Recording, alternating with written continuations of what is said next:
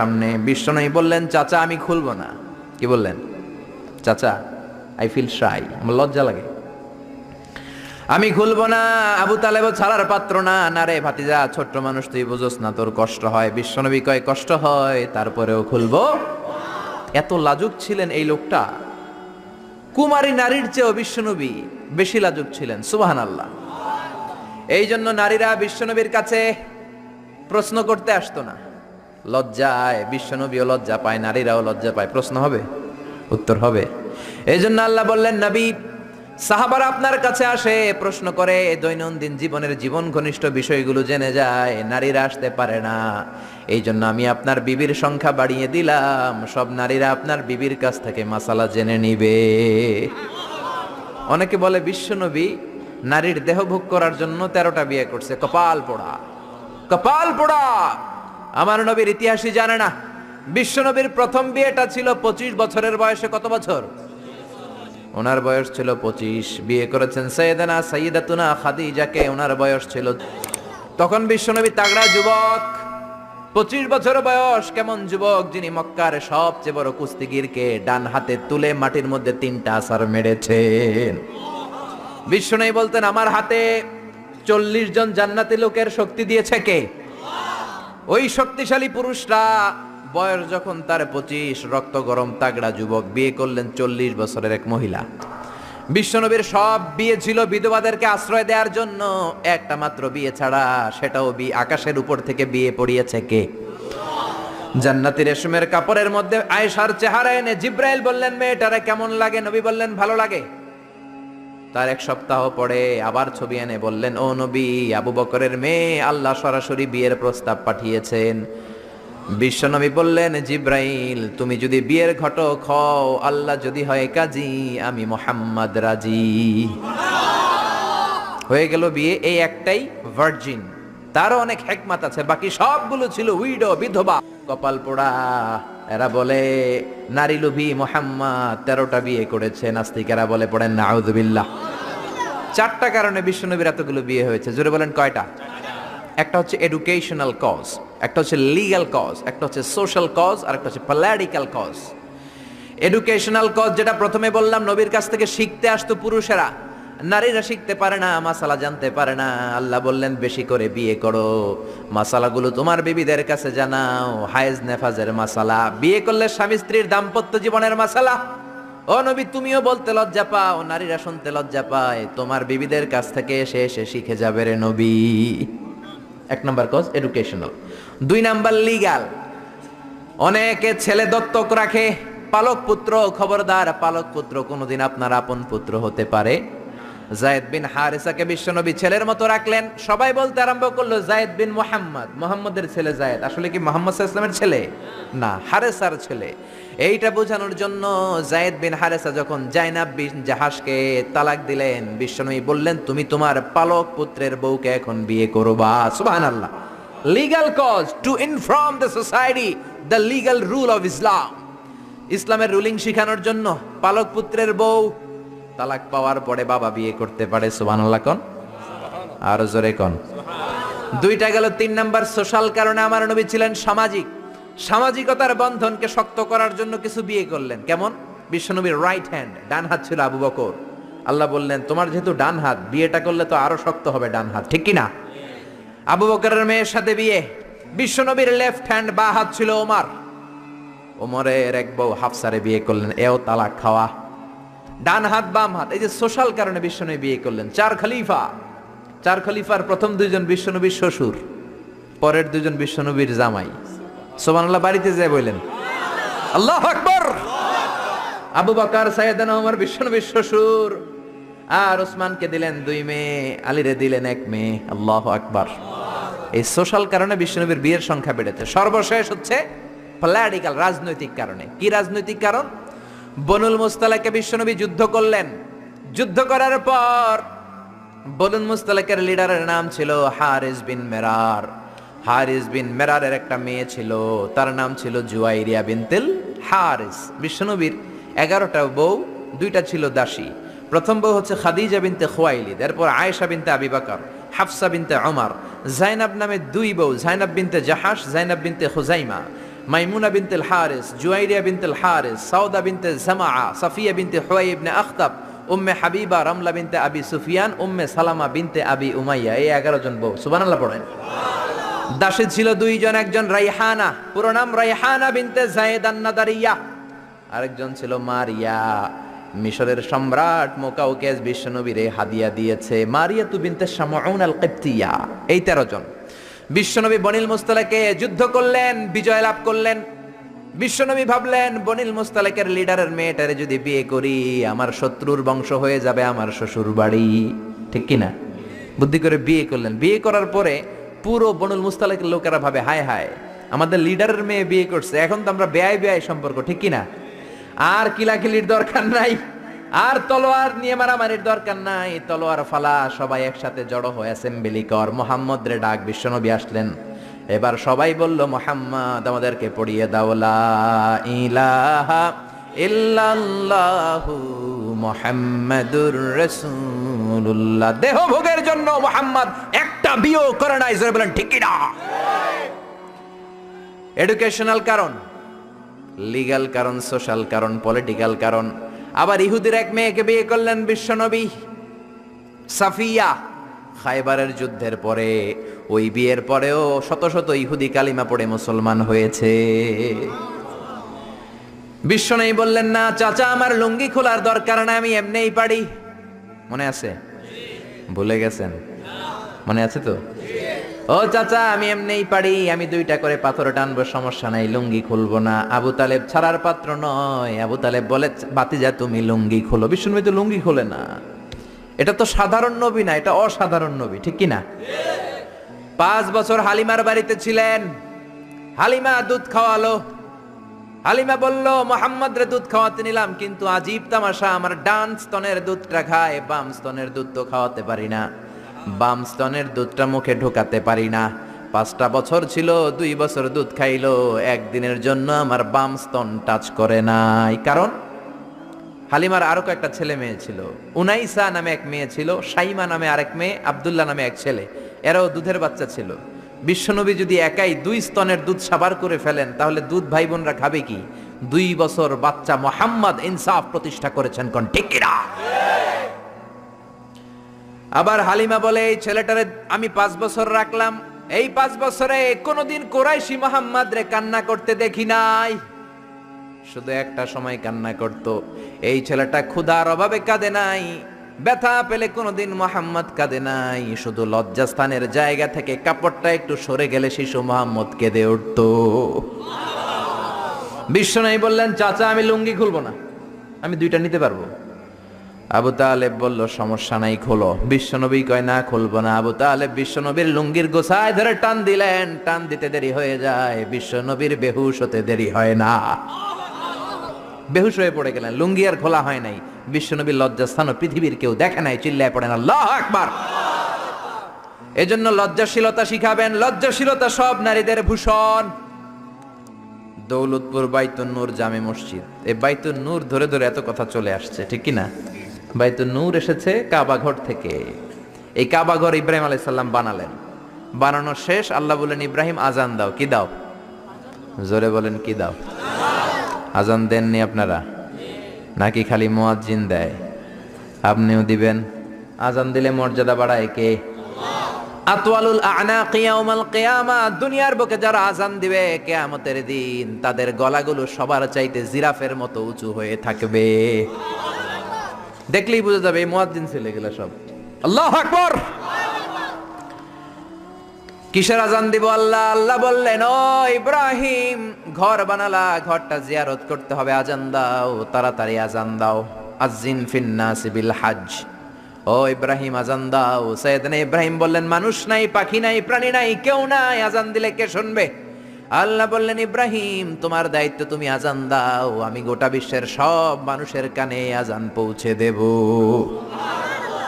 আজান দিলেন, আল্লাহ পৌঁছায় দিলেন। আমরা যারা আসি নাই আমরাও শুনেছি মায়ের পেটে, মায়ের পেটে এই আজান আমাদের কানেও এসেছিল। যারা পেটেও ছিলাম না আলামুল আরওয়াহে তাফসীর এসেছে, তাদের কানেও এসেছে। এই আজান শুনে যারা সাড়া দিয়েছে, লাব্বাইক বলেছে, তাদেরই নসিবে আছে কাবা ঘর জিয়ারত করা। জোরে বলেন সুবহানাল্লাহ। এজন্য মসজিদে দানের দরকার আছে না নাই? মসজিদে নামাজের জন্য যাওয়ার দরকার আছে না নাই? ওয়াজে অনেক মানুষ হয়, মসজিদে লোক হতে চায় না। কি আজীব তামাশা! বিশ্বনবীর সময়ে ফজরের নামাজ জুমার নামাজ ছিল একই দৃশ্য। আমাদের দেশে ফজরের সালাত জুমার আর সালাত এক দৃশ্য না? মাশাআল্লাহ, এক দৃশ্য। আহা, ফজরের সময় লোকই নাই, আর জুমার সময় ঠেলাঠেলি আছে না নাই? সারা বছর নামাজে যায় না, জুমার সময় এক ফার্স্ট কাতারের মুসল্লি আছে না নাই? দুইটা এক হইতে হবে। হ্যাঁ, ফজরের সালাতে যেই দৃশ্য জুমার সালাতে একই দৃশ্য। তাইলে কালিমার পতাকা উড়াই দিবে কে? স্লোগান দিয়ে উড়াইতে পারবেন না, মাহফিল আইসা উড়াইতে পারবেন না। মসজিদমুখী হইতে হবে, মসজিদে যাবেন। এলাকার যুবক ভাইরা তোমরা মসজিদে যাবা, রাজি আছো তো? রাজি? সত্যি সত্যি বলছো না মিথ্যা মিথ্যা বলছো? যাবা তো? মসজিদগুলো আমাদের আবাদ করতে হবে আবাদত দিয়ে। মসজিদের টাইলস হয়েছে, এয়ার কন্ডিশন হয়েছে, কার্পেট হয়েছে, মাগার মুসল্লি হয় নাই, ঠিক কিনা? বিশেষ করে ফজরের সালাত মসজিদে যাবা। কে কে যাবা না হাত তোলো। 1 2 3 4। ওই যে আরেকজন এবে তুলে রাখছে, বুঝতে পারে না, উনি আবেগে তুলে ফেলছে। মসজিদে যেতে হবে ফজরের সালাতে, রাজি আছেন তো? আল্লাহ কবুল করুক, পরে না আমিন। প্রধান অতিথি জনাব লালন হায়দার, চেয়ারম্যান 6 নং ময়নামতি আদর্শ ইউনিয়ন পরিষদ, আমাকে রেখেছেন প্রধান বক্তা। বিশেষ বক্তা হচ্ছে মাওলানা ফেরদৌসুর রহমান নুরুল আলম সাহেব। যারাই কথা বললেন আল্লাহ কবুল করুক, পরে না আমিন। আর সভাপতি আলহাজ মোহাম্মদ সাদেক সাহেব, উনি আসছে? উনি অসুস্থ, আমিও অসুস্থ হয়ে গেলে ভালো হইতো। পরিচালনায় হযরত মোহাম্মদ শাহ আলম, ও ছেলে আসছে, মাশাআল্লাহ, আল্লাহ কবুল করুক, পরে না আমিন। শাহ আলম আনসারী, আল্লাহ সবাইকে কবুল করুক। আমরা এখনই কোরআন থেকে সরাসরি কথা শুনবো। আমি আসলে খুব ক্লান্ত। গতকাল প্রোগ্রাম ছিল আমার রাজশাহী, রাজা নাই শাহী নাই তবু রাজশাহী, মতিঝিলে মতি নাই আছে শুধু ঝিল, ঠিক কিনা? তো রাজশাহীতে গেলাম প্লেনে, আসলামও প্লেনে। রাজশাহী থেকে ঢাকা আসছি 40 মিনিটে, কিন্তু ঢাকা থেকে কুমিল্লায় আসছি মাশাআল্লাহ 8 ঘন্টায়, কারণ ডিজিটাল বাংলাদেশ, ঠিক কিনা? রাস্তায় রাস্তায় খন্দক, খানা খন্দক, ভাঙ্গা চূড়া, এইদিকে একটা বানায় ওইদিকে ভাঙ্গা পড়ে, ওইদিকে বানায় ওইদিকে ভাঙ্গা পড়ে। আর রিক্সাওয়ালা গালি গালাজ আছে না নাই? একটা মন্ত্রীরাও ছাড়ে না, পুলিশে স্যালুট দেয়, রিক্সাওয়ালারা গালি দেয়, ঠিক কিনা? আবার মাঝে মাঝে ব্রিজ ভাঙে, কারণ ব্রিজের ভিতরে রড নাই, আছে কি? ওরে আল্লাহ, এগরে দিবেন ও বাস। ভোট চাইতে এলে কি দিবেন? আর যদি জনগণের জন্য কাজ করে বুকে মিলায় নিবেন, রাজি আছি না নাই? বিএনপি বুঝি না, আওয়ামী লীগ বুঝি না, জাতীয় পার্টি বুঝি না, জামাত ইসলাম বুঝি না, আমরা বুঝি বাংলাদেশ। আমরা বুঝি কি? জোরে বলেন। এই দেশের নেতারা একদল আরেক দলের গালি দেয়, তুই ভারতপন্থী, ওইটা আবার গালি দেয়, তুই পাকিস্তানপন্থী। তো এরা হইলো ভারতপন্থী, এরা পাকিস্তানপন্থী, তো বাংলাদেশপন্থী কেডা? আমরা সবাই বাংলাদেশপন্থী, ঠিক কিনা? আরো জোরে ঠিক কিনা? সবার আগে বাংলাদেশ, আমার বাংলাদেশ সবার আগে। কে আমাদের নেত্রী হলো, কে আমাদের নেতা হলো, এমপি হলো, ব্যাপার না, যদি উনি নামাজ পড়ে, ঠিক কিনা? যদি উনি রোজা রাখে, কথা দিয়ে যদি কথা রাখে, আমাদের বুকের মধ্যে ওনার স্থান আছে না নাই? আসলাম মাগরিবের সময়, 8 ঘন্টায় আসছি রাজশাহী থেকে ঢাকা প্লেনে, আর ঢাকা থেকে কুমিল্লায় 8 ঘন্টা, এদিকে আধা ঘন্টা, ওদিকে 8 ঘন্টা। আল্লাহ এদেশের নেতা নেত্রীদেরকে আরো বেশি খেদমত করার তৌফিক দান করুক, পড়ে না আমিন। তো এজন্য প্রচন্ড ক্লান্ত হয়ে আছি। আপনারা এখন যেমনি চুপচাপ শেষ পর্যন্ত চুপচাপ থাকবেন আর আমার কথার সাথে রেসপন্স করবেন, তাহলে কিছু কথা আপনাদের সাথে শেয়ার করবো ইনশাআল্লাহ। পড়েন। শুরুতে 3টা তাকবীর দিবেন, প্রথমে দিবেন বিবাহিতরা, তারপরে দিবেন অবিবাহিতরা, তারপরে সবাই মিলে। আমি পড়বো লিল্লাহি তাকবীর, প্রথমে বিবাহিতরা পড়বেন আল্লাহু আকবার। রাজি আছেন তো নাকি রাগ করতেছেন? রাগ করতেছেন? আমার কথা বোঝা যায় তো? ক্লিয়ার না? রাজশাহীতে বুঝাইতে অনেক কষ্ট হয়েছে। এই রাজশাহীর সাথে পাবনার মিল আছে। এরা নরে বলে ল, নরের ল বলে, লৌকা লৌকা বলে, কি বলে? লৌকা লৌকা। নোয়াখালীতে শর্ট করে ফেলে, সিম্পল। ওরা বলে, আমরা বলি তুমি খেয়ে শুয়ে যাও, নোয়াখালীরা কয় তুই খাই হতি যা। তুমি এখান দিয়ে এসে ওখান দিয়ে যাও, এরা কয় তুই ইয়ান দিয়ে হ্যান দি যা। আবার ফেনিওয়ালারা ফেনিরে ডাকে হেনি, কি ডাকে? হেনি কলেজে টিয়া লই, সবাই কয় সুদূর বুদুর চলতো ন মিছিল, মানে ফেনী কলেজের টাকা নিয়ে উল্টাপাল্টা চলবে না। তো আমার সেনবাগে মাহফিল, এই বছর তো নোয়াখালীতে যে কি পরিমাণে মাহফিল, প্রতিদিন নোয়াখালী মাহফিল আমার এই সামনের কিছুদিন থেকে শুরু হচ্ছে। তো সেনবাগে বললাম, ভাইয়েরা পানিরে কি কন? কয় হানি। পান রে কি কন, কয় হান। তাহলে পেঁপে রে কি কন, কথা কয় না। পানি যদি হানি হয়, পান যদি হান হয়, পেঁপে হবে হে হে। কিন্তু কয় না হুজুর, আমরা কই পাপ্পিয়া। তার মানে জাতে মাতাল তালে, জাতে মাতাল তালে ঠিক। এই ভাষাগুলো আমার কাছে খুব সহজ। আমি যেখানেই পড়েছি লোকজন বলে, মিজান তুমি খুব সহজে ভাষা ধরতে পারো। মিশরে পড়লাম 5 বছর, চট্টগ্রাম শিখে ফেলছি আমি। দারুন্নাতে ছিলাম, বরিশালের ভাষা শিখছি। বাসার পাশে এক নোয়াখালীর খালাম্মা আছে, হ্যাঁ থেকে নোয়াখালীরা শিখছি। আমার আম্মারে জানলা দিয়ে একদিন বলতেছে, আহারি আফা কইন না বুঝিনি কেন আঙ্গ হেতেনে 3 বছর ধরে কুয়েত গেছে, হারি আর কাছে একটা সিডিও হারাইনো হেতেলে আর কইল যে হাড়ি যায়। লেদা গেছে খেলতো আর লেদি গেছে হইতে বুঝিনি কেন, কুত্তা জ্ঞান হুতি রইছে আর হে তিরুফরে আল্লাহর গজব হইতো। মহিলাদের মধ্যে এই স্বভাবটা আছে, কিছু হইলে হেতির উপরে আল্লাহ ঠেড়া হইতো, লানত হইতো, গজব হইতো, আছে না নাই? এজন্য বিশ্ব নেই বললেন নারীরা 2 কারণে জাহান্নামে যাবে বেশি। এক হলো তাকফুরনাল আশিরা তুকসিরনাল লানা, স্বামীর না শুকরি করো আর বেশি বেশি লানত দাও। দেয় কি দেয় না? নারীরা লানত দেয় কি দেয় না? এই ভাষার ডাইভার্সিটি যে কত মজা। চট্টগ্রামের ভাষাটা খুব কঠিন। আমরা প্রাইমারি স্কুলে পড়াই বাচ্চাদেরকে, পড়ো ডিওজি ডগ মানে কুকুর, এরা পড়ায় পড়ো ডিওজি ডগ মানে হত্যা। ডগ মানে কি? আবার বানান করায় পড়ো কলস ঠিল্লা, কারণ চট্টগ্রামে কলস রে কয় ঠিল্লা। কলস এতটুকু ঠিক আছে, বানান করো কলস তারপর ঠিল্লা। সুবহানাল্লাহ কইবেন না? এক বাংলাদেশ, জেলাটা পার হইলেই ভাষা আলাদা। আল্লাহু আকবার। ময়মনসিংহ কিশোরগঞ্জ মাহফিল আছে না নাই? ওইখানে গেলে কথা বোঝা যায় না, সব খ, এরা বলে ক। একজনকে হুজুর কবর দেখবাম, কবর টিভি সারুন। আমি বললাম কার কবর? জিয়াউর রহমানের কবর না বঙ্গবন্ধুর কবর? কয় হুজুর রাত 8টার কবর। আসলে শব্দটা কবর নাকি খবর? সিলেটিরা পুরা উল্টা, এরা এগমুখ দিয়ে কিলাইলো ক বের হয় না, খালি খ। আমি কাতার যাচ্ছি, সিলেটে এক লোক বসছে, আমার শুরু করছে আপনার বাড়ি খনখানো, খনখানো পড়ালেখা করছইন। কয় আমি এই খানো দাঁড়ামো, তুই খাইতা করবি খর। সুবহানাল্লাহ বলবেন না? এইভাবে এক এক জেলার এক এক রকম। নরসিংদীর রায়পুরাতে গেলাম, আমার ভাইয়েরা রায়পুরা বলতে পারে না, র রে কয় ল। রায়পুরা রে কয় লাইপুরা, কয় লাইপুরা লাতা মুরগি দিয়ে লাইতের বেলা কাইয়া লেলাইন দেয় ফুটছি। তার মানে ও যত র পাবে ওটারে বলবে কি। এরপর বরিশালে গেলে ক বলতে পারে না। দারুন্নাতে পড়াশোনা করলাম 7 বছর। আল্লাহ দারুন্নাতের সব শিক্ষককে তুমি কবুল করে নাও, ছাত্রদেরকে কবুল করে নাও। আসলে আলেম গড়ার মার্কাজ, এলেম আমল আছে। কেউ যদি বলে হুজুর ছাত্র কই দিব, এক কথা আমি বলি দারুন্নাতে দেন। 7 বছর আমি পড়েছি, আমার রক্ত মাংস মিশে আছে দারুন্নাতের সাথে। প্রিন্সিপাল হযরতুল আল্লাম আখম আবু বকর সিদ্দিক আমার মাথার তাজ। হুজুর শুদ্ধ ভাষায় কথা বলেন, কিন্তু মাঝে মাঝে বরিশালের ভাষাতে আমাদের সাথে কথা বলতেন। এত চমৎকার বরিশালের ভাষা, মনু এই বিলে করলি কি ওইবে, এরকম ডেকে ডেকে বলতো। আর কথায় কথায় এরা বলে মনু, ক বলতে পারে না বরিশালের ভাইয়েরা। কয়রে বলে হ, টাকারে কি বলে টাহা। কয় মুই 20 টাকার কাম হচ্ছি, মোরে 15 টাকা দিলে কেন? এমনকি 5 টাকাটা দেবা না, মূল্য ঠাবাটাবি বাজাবা মনু। এই ভাষার ব্যতিক্রম কোরআনের মধ্যেও আছে। আমরা পড়ি মালিক ইয়াউমিদ্দিন, অনেক জায়গায় পড়ে মালিক ইয়াউমিদ্দিন। আমরা পড়ি সিরাতাল মুস্তাকিম, অনেক জায়গায় জিরাতাল মুস্তাকিম। আমরা পড়ি কাইফা নুনশিরুহা, আরেক জায়গায় কাইফা নুনশিজুহা। পার্থক্য আছে না নাই? এজন্য ভাষার সৌন্দর্য আল্লাহর দেয়া। আমার কথা বুঝতেছেন তো? আচ্ছা, 3টা তাকবীর দিব। প্রথমে বিবাহিতরা, এরপর অবিবাহিত, এরপরে সবাই মিলে। রাজি আছেন না? কষ্ট হবে? আচ্ছা, শুরুতে বিবাহিতরা। আমি পড়ব লিল্লাহি তাকবীর, আপনারা বলবেন আল্লাহু আকবার। বিবাহিতদেরকে আপনার আঞ্চলিক ভাষা কি বলেন? বিয়াতা। আর অবিবাহিত আবিয়াতা।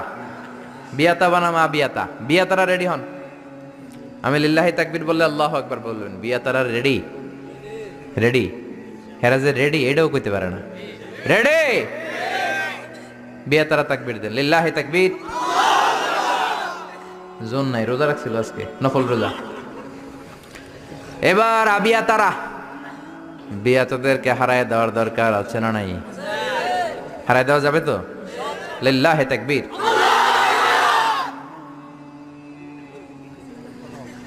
একেবারে একেবারে হোয়াইট ওয়াশ নাকি বাংলা ওয়াশ? আর সবাই মিলে দেন তিনটা, সবাই মিলে তিনটা দেন যাতে প্যান্ডেল কাঁপে, আমি দেখবো কাঁপে কিনা। 1 নাম্বার লিল্লাহে তাকবীর, এই যে কাঁপতেছে, আপনি নাড়া দিচ্ছেন শরীরটা এমনি, আপনার শরীরটা নাড়া দেওয়াতে আল্লাহু আকবার কে যে নাড়াটা দিছে ওই ধাক্কাতেই কেঁপে গেছে। নাড়া দেওয়া যাবে না, আপনি স্ট্রেট বসে থাকেন, শুধু আপনার মুখ নড়বে, নাড়া দিয়েন না। এবার জোরে তাকবীর দেবো যাতে প্যান্ডেল কেঁপে যায়। লিল্লাহে তাকবীর, হ্যাঁ এবার কাঁপতেছে, মাশাআল্লাহ। আরেকটা দেই, লিল্লাহে তাকবীর। আমি খুতবার শুরুতে একটা আয়াত তেলাওয়াত করেছি, আয়াতটা হচ্ছে সূরাতুল মুলকের। কোন সূরা? সবাই বলেন নাই কোন সূরা?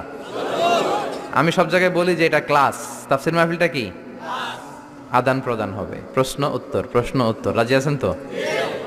উত্তর না দিলে কথা হবে না, উত্তর দিলেই আমার কথা সুন্দর হবে, ঠিক কি না?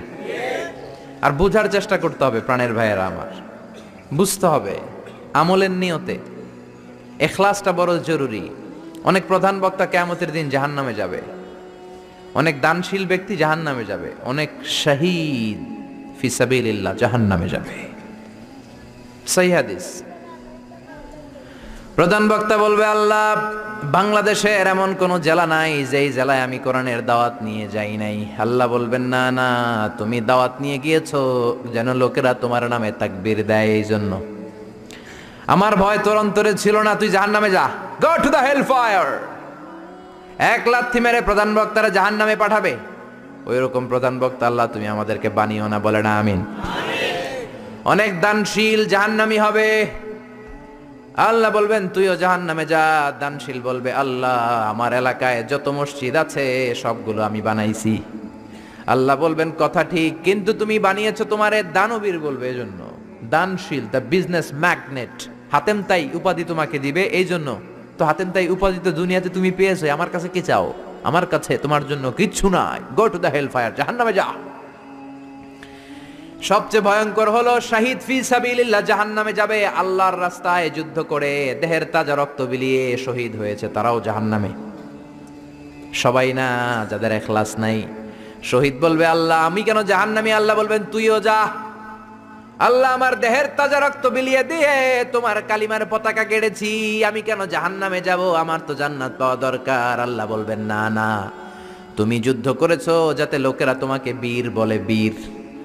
লোকদের বাহাবা পাওয়ার জন্য যুদ্ধ করেছো, দেখানোর জন্য যুদ্ধ করেছো, সব লোক দেখানো, শুধু রিয়া রিয়া আন্নাস। মানুষকে তো ঠিকই দেখাইছো, তুমি খেলা তো দেখাই আসছো দুনিয়াতে, যা চাইছিলা তা তো দুনিয়াতে পেয়েছো, আমার কাছে পাওয়ার কিছু, তুমিও জাহান্নামে যাও। আমরা কি ওই শ্রেণীর লোক হতে চাই? এজন্য অন্তরে ইখলাসের দরকার আছে না নাই? কে ওয়াজ করলো, হুজুরের কণ্ঠ কেমন, দেখতে কেমন, হুজুর গরম করতে পারে কিনা, ওয়াজ জমাইতে পারে কিনা, এরকম টেন্ডেন্সি আছে না নাই? অনেক জায়গায় গেলে হুজুর ওয়াজ জমাইতে হবে। আরে ভাই, ওয়াজ আবার জমাই কেমনি? আমি তো কোরআন থেকে কথা বলবো, আপনারা শুনবেন, নোট করে নেবেন, আমলের চেষ্টা করবেন, এটাই তো, ঠিক কি না? আবার বলে হুজুর ঠান্ডা ওয়াজ এইখানে চলে না, গরম ওয়াজ দিবেন, গরম। এগুলার একটার মধ্যে ব্যক্তিগত জীবনে আমল নাই, ঠিক কি না? ওয়াজ হবে আল্লাহর সন্তুষ্টির জন্য, বিশ্বনবীর শেখানো পন্থায়। মনের মধ্যে দরদ থাকবে, যাদেরকে বলছেন দরদ নিয়ে বলবেন, দরদ নিয়ে শুনবেন। অন্তর থেকে কথা বললে ওই কথা মানুষের অন্তরে যে লাগে, মুখ দিয়ে বললে শুধু কানে লাগে, ঠিক কি না? আমরা অন্তর থেকে বলার চেষ্টা করব, অন্তরে লাগানোর চেষ্টা করব, আর আমলের চেষ্টা করব, জীবনটা যাতে পরিবর্তন হয়। প্রতি শীতে কত মাহফিল, একদিন আমার 2 মাহফিল আছে।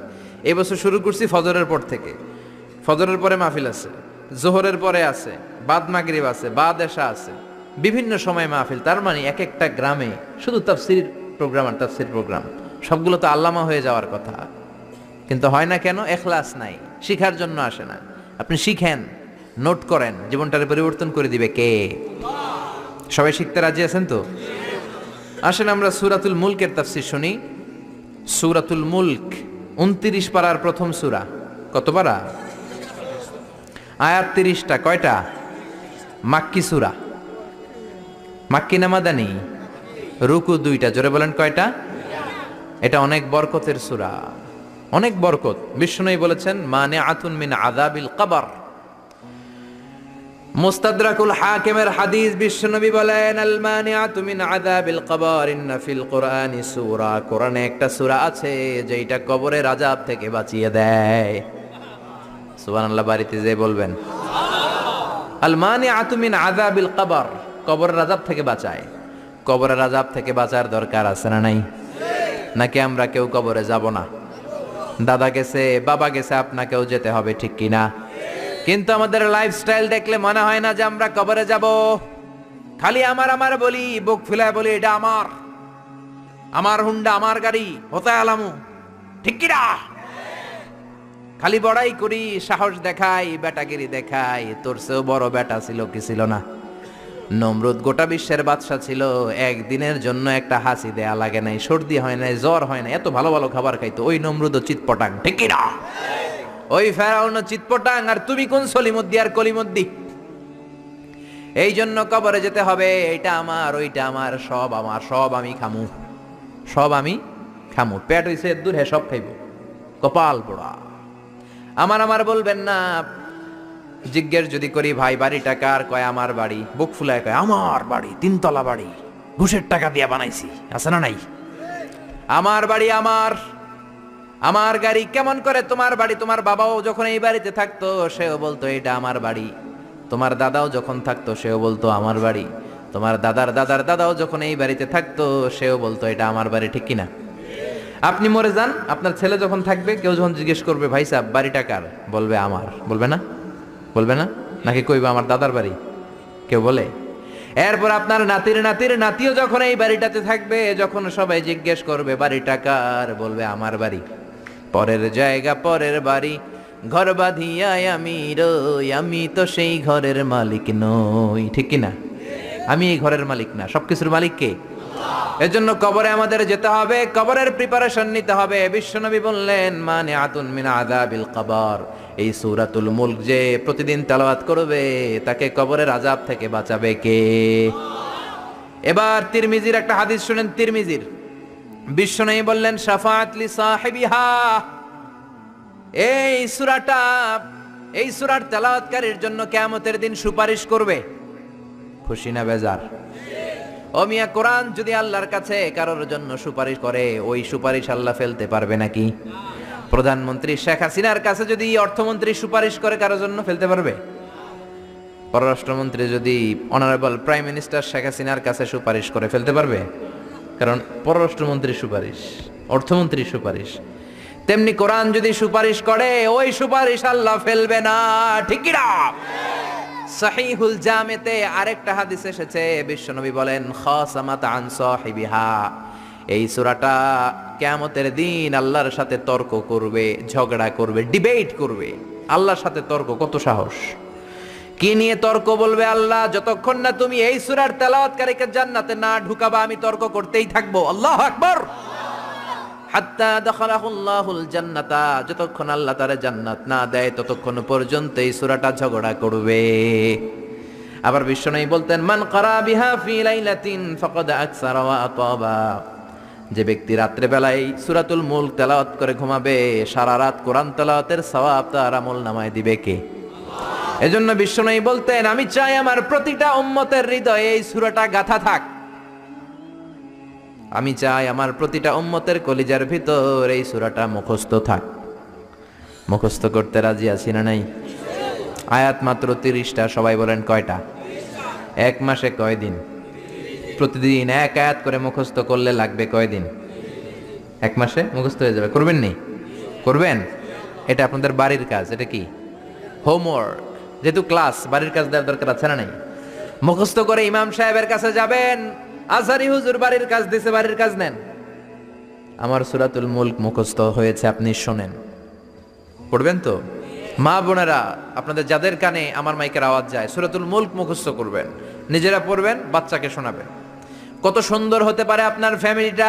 ছেলে বলবে মা আমার 5 আয়াত মুখস্থ হয়েছে, তুমি কদ্দুর আগাইলা? মা বলবে আমার হয়েছে 7 আয়াত। বাবা বলবে আমি তো চাকরির কারণে পারি নাই, আমি করছি মাত্র 2 আয়াত। এরকম ফ্যামিলি চাই কি চাই না? চাই কি চাই না?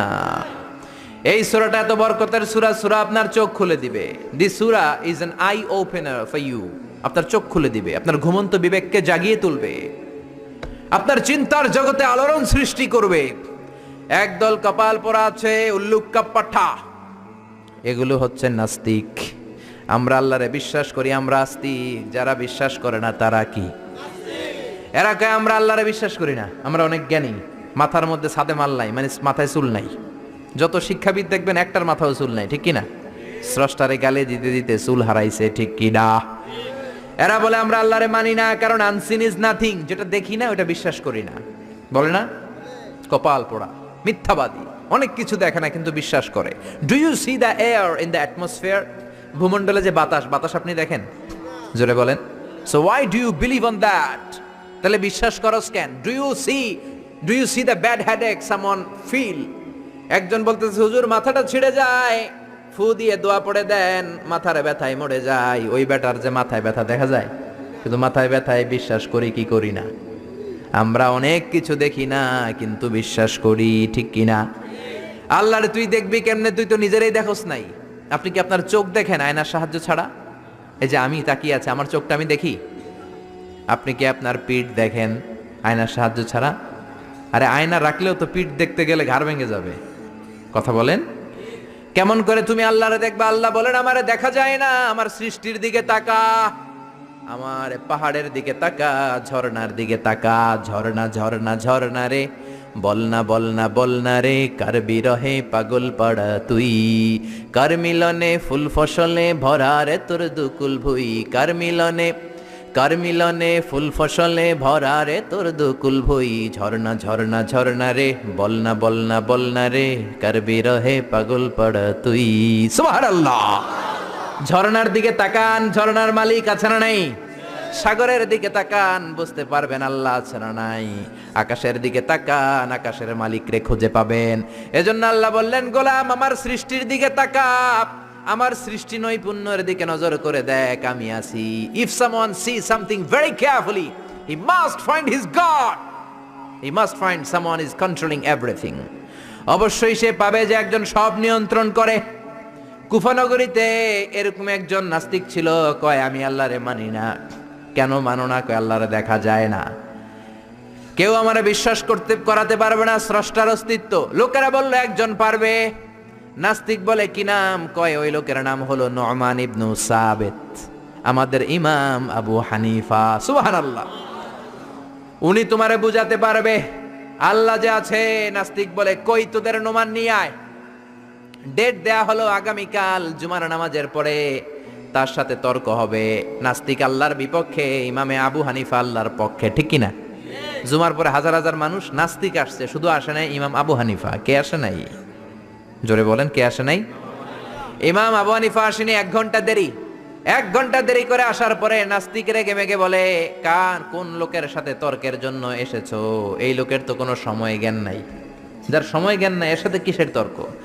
সাইয়েদনা ইমাম আবু হানিফা বলে ইনদি উযর, আই হ্যাভ এক্সকিউজ, আমার উযর আছে। কি উযর?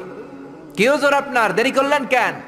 সাইয়েদনা ইমাম আবু হানিফা বললেন আমি ঘর থেকে বের হলে একটা নদী পড়ে, ওই নদীটা পার হয়ে আসতে হয়। নদীর সামনে গেলাম, আগে আগেই বের হয়েছি, কিন্তু নদীর সামনে কোনো নৌকা নাই, মানুষ নাই, মাঝি নাই, কিভাবে আসব? তাকিয়ে দেখলাম বিশাল বড় একটা গাছ। হঠাৎ করে দেখলাম এমনি এমনি গাছটা 2 ভাগ হলো। হঠাৎ করে এমনি এমনি গাছের ভেতর থেকে তক্তা বের হলো। এমনি এমনি তক্তাগুলো জোড়া লেগে নৌকা হলো। এমনি এমনি নৌকাটা আমার সামনে চলে আসলো, কোনো মাঝি নাই। উঠে বসলাম, মাঝি ছাড়া নৌকাটা এমনি এমনি সা করে টান মেরে আমার ওই পারে নিয়ে গেল। নাস্তিক কয় তগো ইমাম ডাইল খাইছে। কি খাইছে? মাথা ঠিক নাই। কি বলে? এমনি এমনি নৌকা হয় নাকি? এমনি এমনি তক্তা হয় নাকি? কোন মিস্ত্রি ছাড়া গাছ কাটে নাকি? সাইয়েদনা ইমাম আবু হানিফা বললেন এই তো লাইনে আসছেন। এমনি এমনি গাছ কেটে তক্তা হয় না, এমনি এমনি করাত ছাড়া গাছ কাটে না, এমনি এমনি মাঝি ছাড়া নৌকা চলে না। তাহলে পৃথিবীটা কেমন করে এমনি এমনি চলে? কেমন করে আকাশ হলো? কেমন করে সাগর হলো? কেমন করে নভমণ্ডল ভূমণ্ডল হলো? এমনি এমনি। যুক্তি আছে না নাই? এবার নাস্তিক কয় খাইছে, এটা তো ভাবি নাই। এই ছোট্ট জিনিসটা আমি মানি না। এমনি এমনি গাছ হবে, তক্তা হবে, নৌকা হবে, মাঝি ছাড়া নৌকা চলবে, এমনি এমনি আমি মানি না। কিন্তু নভমণ্ডল এমনি এমনি হলো, বিগ ব্যাং থিওরি এমনি এমনি হলো, সুপারনোভা এমনি এমনি হলো, ব্ল্যাক হোল গ্যালাক্সি এমনি এমনি হলো। এটা কেমন করে মানে? মাথার মধ্যে ঘুরপাক খাচ্ছে, চিন্তার জগতে নাড়া পড়েছে। হঠাৎ ভেবে দেখে আমার তো আস্তিক হওয়া ছাড়া আর কোনো উপায় নাই। নোমান ইবনে সাবেতের পায়ে পড়ে বলে, ও আল্লাহর ওলি নোমান ইবনে সাবেত, ইমাম আবু হানিফা, আসলেই আপনি বড় একজন ইমাম, আর তর্কের কোনো দরকার নাই। হাজার হাজার মানুষকে সাক্ষী রেখে আমি আপনার হাতে হাত রেখে পড়ব, লা ইলাহা ইল্লাল্লাহু মুহাম্মাদুর রাসূলুল্লাহ সাল্লাল্লাহু। এই নাস্তিক টাইপের যারা আছে এদের জন্য কিছু ডোজ আছে, এই সূরার ডোজ, মেডিসিন। কি আছে শুনবেন না? জিমায় পড়ছেন? তাকবীর দেন, লিল্লাহি তাকবীর। আল্লাহ বললেন, তাবারাকাল্লাযী বিয়াদিহিল মুলকু ওয়া হুয়া আলা কুল্লি শাইইন কাদির। তাবারাকাল্লাযী, মহান সে, সুমহান আল্লাহ, বিয়াদিহিল মুলক, ক্ষমতা তার হাতে, তার হাতে ক্ষমতা, ওয়া হুয়া আলা কুল্লি শাইইন কাদির, সবকিছুর উপর তিনি ক্ষমতাবান, যাই চান তিনি তাই করতে পারেন। ফাআলুল লিমা ইউরিদ। আল্লাহ বললেন, তাবারাকাল্লাযী, আমি সুমহান, বিয়াদিহিল মুলকু, ক্ষমতা তার হাতে। কার হাতে? সবাই বলেন, নাকি আপনাদের হাতে? কিন্তু আপনারা তো বলেন আপনাদের হাতে, বলেন না? জনগণ সকল ক্ষমতার উৎস। রিকশার টায়ার পাংচার হলে আমরা লাফ দিয়ে উঠি, কারণ আমি ক্ষমতার উৎস। টায়ার পাংচার হলে লাফ দেই কি দেই না? আমি কত দিছি? আমি তো রাতে রাতে এক জেলা থেকে আরেক জেলায় ঘুরি, প্রায় রিকশার টায়ার পাংচার, ট্রাকের টায়ার পাংচার, লাফ দিয়ে উঠি, কারণ আমরা ক্ষমতার উৎস। কপাল পোড়ায় জাতি, তুমি কেমন করে ক্ষমতার উৎস হও? 2 বার যদি তোমার ডায়রিয়া হয়, 3 বার তোমার চেহারার দিকে তাকানো যায় না, কাই মইরা যাই, মরসকে, তুই না ক্ষমতার উৎস? 5 বার যদি টয়লেটে যায়, 6 বারের বেলা সবার কাছে মাপ চায়, মাফ করে দিয়ে আমি মনে হয় বাঁচবো না। বাঁচবি না কেন? তুই তো ক্ষমতার উৎস, তুই আজীবন বাঁচবি। আহা, কপাল পোড়া। ক্ষমতার উৎস একজন, তিনি কে? আল্লাহ হলেন ক্ষমতার উৎস, আপনি ক্ষমতার উৎস নন। কেমন করে ক্ষমতার উৎস হবেন? পেছন থেকে কেউ যদি বলে, হুজুর সাপ, একটা অজগর সাপ পাওয়া যাবে আপনাদের কাউরে? দৌড়, চারদিকে ছুটবে সবাই। আপনারা দৌড় দেন আর না দেন, আমি দিমে দিক দিয়া দৌড়, কারণ চাচা আপন প্রাণ, আগে জান বাঁচা, এরপরে বাস করুন, ঠিক কিনা?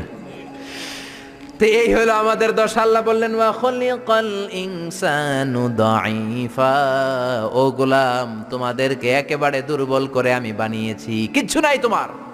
কুত্তা এম করে কামড়াইলে আমরা কুত্তারে কামড়াইতেও পারি না? পারি? কুত্তায় কামড়ায় আমি চাইয়া থাকি আর কাঁদি, ঠিক কিনা? বললা আমারে কামড় দিয়া দেয়, দৌড় ধরতেও পারি না, পারি? খালি কাঁদি আর কাঁদি। সবারে আল্লাহ নিজেকে সেভ করার জন্য অনেক কিছু দিলেন, আমগো কিচ্ছু নাই। আমরা দুর্বলের ঘরের দুর্বল। আল্লাহ বললেন, দুর্বলের ঘরের দুর্বল হয়ে কেমন করে সাহস করিস যে তোরা ক্ষমতার উৎস? কশিন কালেও তোমরা ক্ষমতার উৎস হতে পারো না। ক্ষমতার উৎস কে? এজন্য আল্লাহ বললেন, তাবারাকাল্লাযী বিয়াদিহিল মুলকু ওয়া হুয়া আলা কুল্লি শাইইন কাদির। সুমহান সেই সত্তা, সব ক্ষমতা তার হাতে। কার হাতে? নাকি আপনাদের হাতে? এটা রাষ্ট্রীয় কুফরি। জনগণ সকল ক্ষমতার উৎস, এটা রাষ্ট্রীয় কুফরি। রাষ্ট্র থেকেও অনেক কুফরি আমাদেরকে শেখানো হয়, এগুলো আমরা শিখবো না, ঠিক কিনা? ক্ষমতার মালিক হলেন আল্লাহ। আমাদের ক্ষমতা নকল ক্ষমতা, আসল ক্ষমতা কার? আমাদের কোনো ক্ষমতা নাই। আমাদের ক্ষণস্থায়ী, চিরস্থায়ী ক্ষমতার মালিক কে? যখন ভূমিকম্প হয় দেখবেন কিরকম দৌড় দেয়। মহাসমাবেশে ককটেল বোমা বিস্ফোরণ হলে দেখবেন খালেদা জিয়ারে থুইয়া সবাই দৌড়, শেখ হাসিনারে থুইয়া সবাই দৌড়, এরশাদ রে থুইয়া সবাই দৌড়, ঠিক কিনা? স্লোগান দেয়, আমার প্রাণের নেতা, প্রাণের নেত্রী, জীবন দিয়ে দিব, বোমা ফাটলে দেয় দৌড়, ঠিক কিনা? দৌড় দেয় কারণ হচ্ছে তোমার কোনো ক্ষমতা নাই, তুমি দুর্বল, দুর্বলের ঘরের দুর্বল তুমি। রাত 3টার দিকে যখন ভূমিকম্প হয়, লোকজন বাড়ি থইয়া দেয় দৌড়, সব ভাড়াটিয়া গুলো দেয় দৌড়, শুধু বাড়িওয়ালারা মনে হয় দৌড় দেয় না, নাকি বাড়িওয়ালারাও দেয়? বিল্ডিং এর মায়া আর থাকে না, ভাড়াটিয়াও দৌড়, বাড়িওয়ালাও দৌড়, প্রধান শিক্ষক দৌড়। শুধু র্যাবের প্রধান যিনি আছে ওনার তো অনেক সাহস, উনি শুধু দৌড়টা দেয় না, উনি আগে দেয়। প্রেসিডেন্ট দেয় দৌড়, শুধু এদেশের সবচেয়ে বড় ক্ষমতাধর নারী, 17 কোটি মানুষের প্রধানমন্ত্রী শেখ হাসিনা দৌড় দেয় না? আগে দেয়। আমি কই নাই, কিন্তু আপনি কইছেন। উনিও দৌড়, কারণ বাঁচতে হবে তো। বাঁচার জন্য দেয় দৌড়, অসহায় আমরা। কোন ক্ষমতা আমার হাতে নাই, ক্ষমতা কার হাতে? 2004 সালে বরিশালে গেলাম বাসে করে, ফিরে আসছি লঞ্চে করে। সদরঘাটে পৌঁছতে আর 1-1.5 ঘন্টা বাকি। শুরু হলো তুফান, লঞ্চ ডুবে যাবে। সাগরের মধ্যে লঞ্চ ডুবে যাবে, লঞ্চের ভেতরে চিৎকার। ওই দিন লঞ্চের শুধু মুসলমানেরা আল্লাহরে ডাকে নাই, হিন্দুগুলাও জিকির করছে কার? সারেং বলল জানলা খুলে দেন, পর্দা নামায় দেন, বাতাস পাসিং হইলে হয়তো লঞ্চ বেঁচে যাবে। ওই দিন চিনলাম আল্লাহ কারে কয়। আল্লাহ কেসকো কাতে, আল্লাহর জিকির করতে করতে চাপা ফুলাই ফেলাইছি আমি। আহা, সবার মুখে চিৎকার, বাঁচাও। আমি কইলাম কে বাঁচাইব? কে? হুজুর আমনে। দাঁড়িয়ে দেখছে তো, হুজুর আমনে বাঁচাইবেন। আমি কইলাম তাইলে আমারে বাঁচাইব কে? কয় আল্লাহ। আসলে বিপদে বললে বাঁচাতে পারে একজন, তিনি কে? এগুলো বাস্তব কথা। কক্সবাজারে যাবেন, 8 নম্বর 9 নম্বর সতর্ক সংকেত, তুফান। তখন দেখবেন শুধু মুসলমানেরাই ডাকে না, ওখানে গৌতম বুদ্ধের মুরিদ আছে কিছু, ওগুলো জিকির করে কার? কয় লা ইলাহা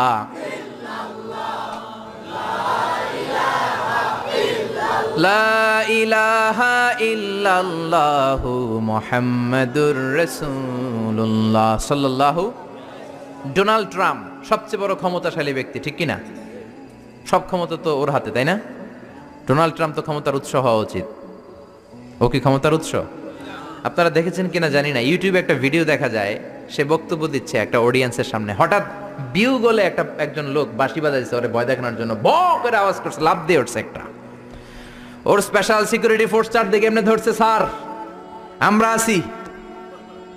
তারপরে সে শান্ত হয়েছে। যারা ভিডিওটা দেখেছেন তারা বুঝবেন কত অসহায় তারা, ঠিক কিনা?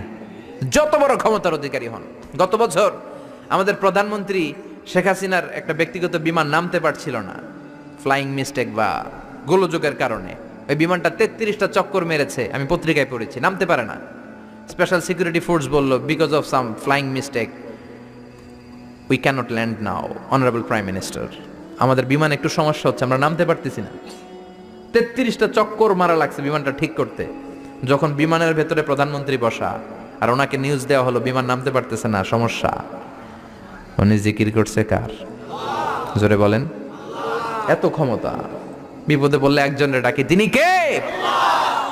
আল্লাহ বললেন তোদের ক্ষমতা ক্ষণস্থায়ী ক্ষমতা, চিরস্থায়ী ক্ষমতার মালিক হলাম আমি আল্লাহ। তাবারাকাল্লাযী বিয়াদিহিল মুলকু ওয়া হুয়া আলা কুল্লি শাইইন কাদির। সুমহান সেই সত্তা যার হাতে ক্ষমতা। ক্ষমতা কার হাতে?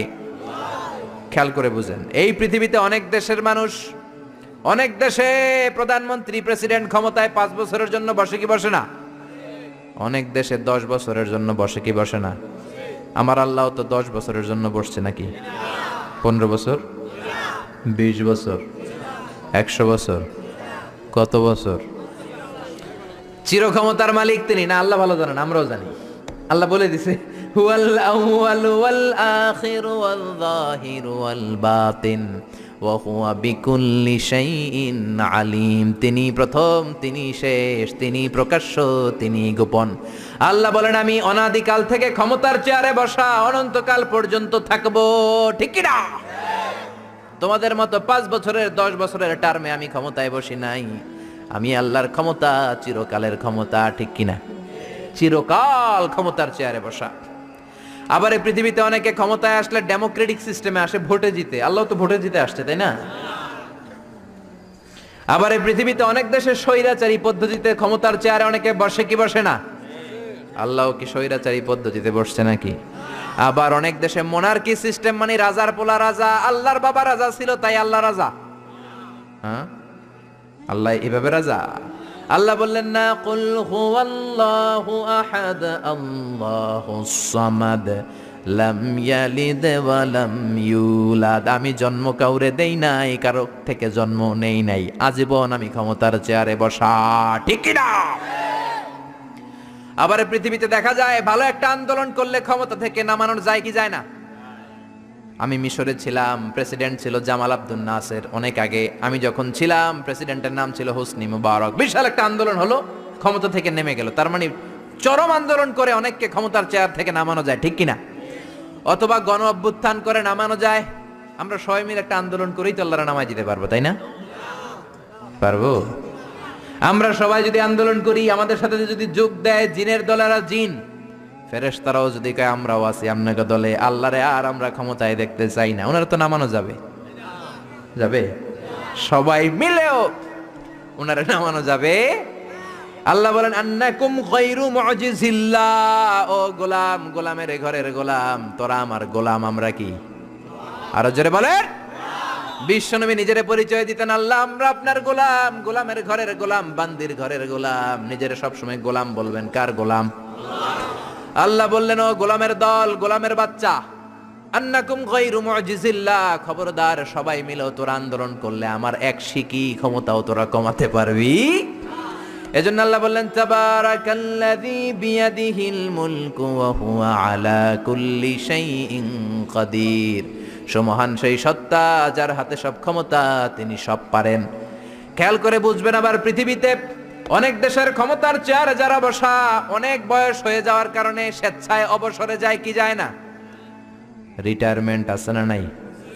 বয়সের ভারে নুজ্জ হয়েছে, আর দায়িত্ব পালন করতে পারে না, অবসরে যায়। আল্লাহর তো অনেক বয়স হয়ে গেছে, এবার অবসরে যাওয়া দরকার। রিটায়ারমেন্টে যাবে না কিছুদিন পর? যাবে? যাবে? ওনার কোনো রিটায়ারমেন্ট নাই, উনি ক্লান্ত হয় না, শ্রান্ত হয় না, ঘুম ধরে না, ওনার তন্দ্রাও নাই। লা তাখুযুহু সিনাতুন ওয়ালা নাওম, আমার ঘুম নাই, আমার তন্দ্রা নাই। আবার বললেন ওয়ালা ইয়াউদুহু হিফযুহুমা ওয়া হুয়াল আলিয়্যুল আযীম, আকাশ জমিন নিয়ন্ত্রণ করতে আমি আল্লাহ বিন্দু মাত্র ক্লান্ত হই না। সুবহানাল্লাহ। বোঝা গেল এই ক্ষমতাটা আল্লাহর চিরদিনের, কর্তৃত্ব, পাওয়ার, সভরেনিটি, অথরিটি আজীবনের জন্য, ঠিক কি না? সে আল্লাহ বললেন গোলাম তাবারাকাল্লাযী বিয়াদিহিল মুলকু ওয়া হুয়া আলা কুল্লি শাইইন কাদির, ক্ষমতা আমার হাতে, আমি ক্ষমতার চেয়ারে বসাই আবার নামাই। যারা এখন গোটা বিশ্বের ক্ষমতার চেয়ারে আছে, বসিয়েছে কে?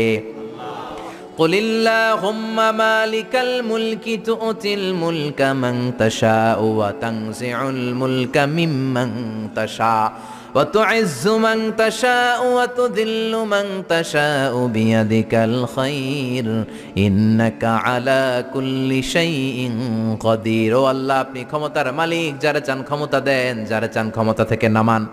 ডোনাল্ড ট্রাম্প আমেরিকার ক্ষমতার চেয়ারে বসিয়েছে কে? আবার গাদ্দারি করলে লাথি মেরে নামায় দিতে পারে কে?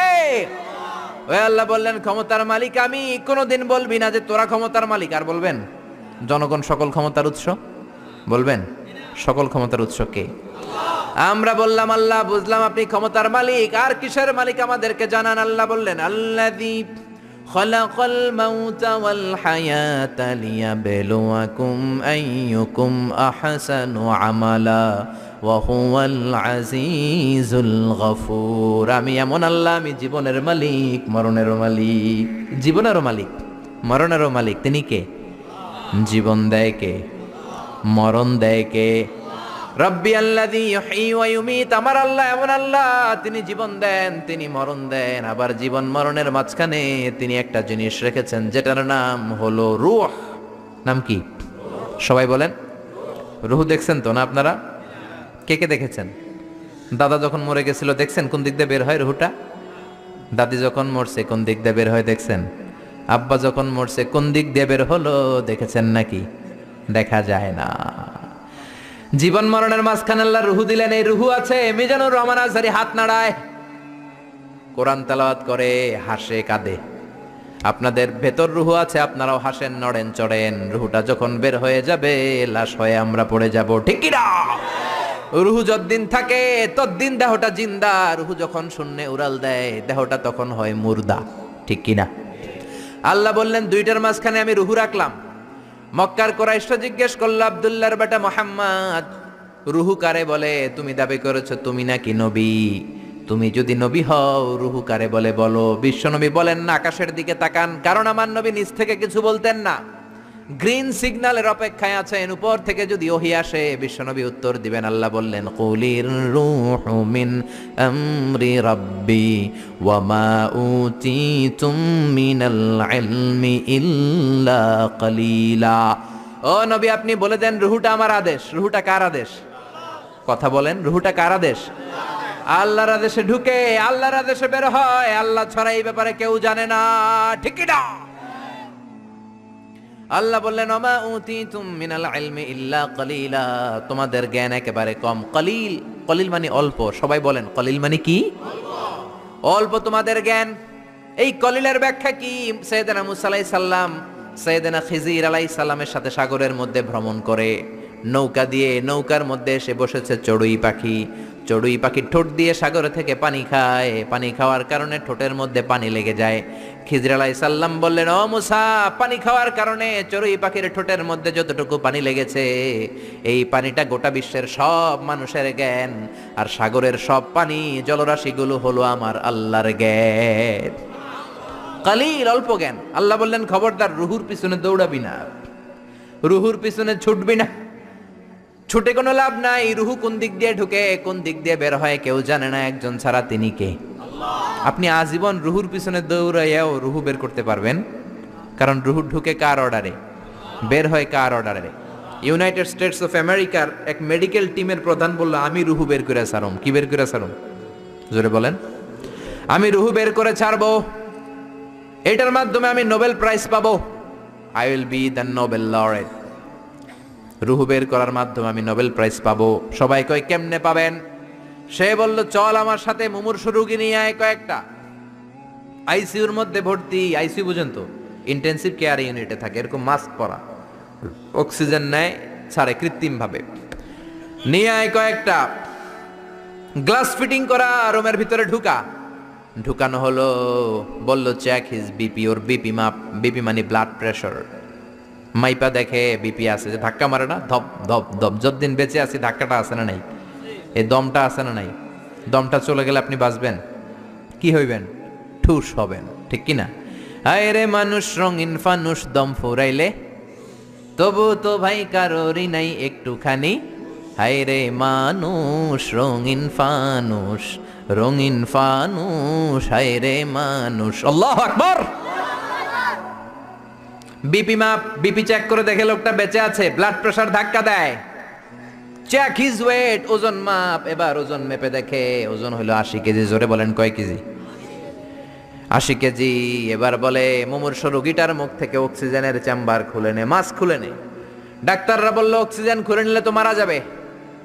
মেডিকেল সায়েন্টিস্ট, মেডিকেল টিমের প্রধান বলে মারা যাক, সমস্যা নাই, খুলে ফেল। মাস্ক খুলে ফেললো, অক্সিজেন নাই। লোকটার ছটফটানি বেড়ে গেল। ছটফট ছটফট করতে করতে লোকটা বিদায় নিল, মরে গেছে। এবার ডাক্তার বলে বের কর, চেক হিজ বিপি, বিপি মাপ। পালস মাপ, দেখে পালস নাই। মরে গেলে পালস থাকে, বিপি থাকে না, কিন্তু ওজন থাকে কি থাকে না? ওজন থাকে। কয়বার ওজন মাপ? মরার আগে লোকটার ওজন ছিল কয় কেজি? জোরে বলেন। এবার ওজন মাপ, ওজন স্কেলের মধ্যে শোয়ানোর পরে ওজন দেখা যাচ্ছে মরার আগে ছিল 80 কেজি, মরার পর এখন হয়ে গেছে 78 কেজি। কমছে কয় কেজি? কয় পাইছি? সবাই কয় কি পাইছেন? কয় রুহু পাইছি। কয় কই পাইছেন? কয় মরার আগে ছিল 80 কেজি, মরার পর 78 কেজি, 2 কেজি নাই। যেইটা উড়াল দিছে ওইটাই 2 কেজি। এইটাই রুহু আমি পাইছি। কিন্তু বিজ্ঞানের নিয়ম হচ্ছে যে কোনো একটা এক্সপেরিমেন্ট থেকে আপনি ফাইনাল জাজমেন্ট দিতে পারবেন না, আপনাকে আরো নমুনা সংগ্রহ করতে হবে। আরো মুমূর্ষু রোগী আনা হলো ইন্টেন্সিভ কেয়ার ইউনিট থেকে, গ্লাস ফিটিং করা রুমের ভেতরে ঢুকানো হলো। কই চেক দা বিপি, বিপি মাপ, ব্লাড প্রেশার, ওকে। ওয়েট, ওজন কত? এটার, এই লোকের ওজন 70 কেজি। সবাই বলবেন কয় কেজি? এবার ওই লোকটার মাস্ক খুলে ফেলা হলো, অক্সিজেন মাস্ক। এই লোকটাও ছটফট ছটফট করে, ছটফটানি দিয়ে এই লোকটাও মরে যায়। এবার বলে বিপি মাপ। মরা লোকের বিপি আছে নাই, কিন্তু ওজন আছে না নাই? ওজন স্কেলে শোয়ানো হলো। এই লোকটার মরার আগে ওজন ছিল কয় কেজি? এবার ওজন দিয়ে দেখে লোকটার ওজন হয়ে গেছে মরার পরে 71 কেজি। এবার যাবি কই? 1 কেজি মিলাবি কি দিয়া? মরার আগে বলছে, আগেরটার ক্ষেত্রে বলছে 2 কেজি কম, আগে ছিল 80, এখন 78। যেইটা উড়াল দিছে ওইটাই রুহু, এবার বাড়ছে 1 কেজি। কই যাবে? আল্লাহ বলেন কিয়ামত পর্যন্ত বিপি মাপতে পারবি, ওজন মাপতে পারবি, অনেক খেলা দেখাতে পারবি, মাগার রুহু খুঁজে পাবি না, ঠিক কি না?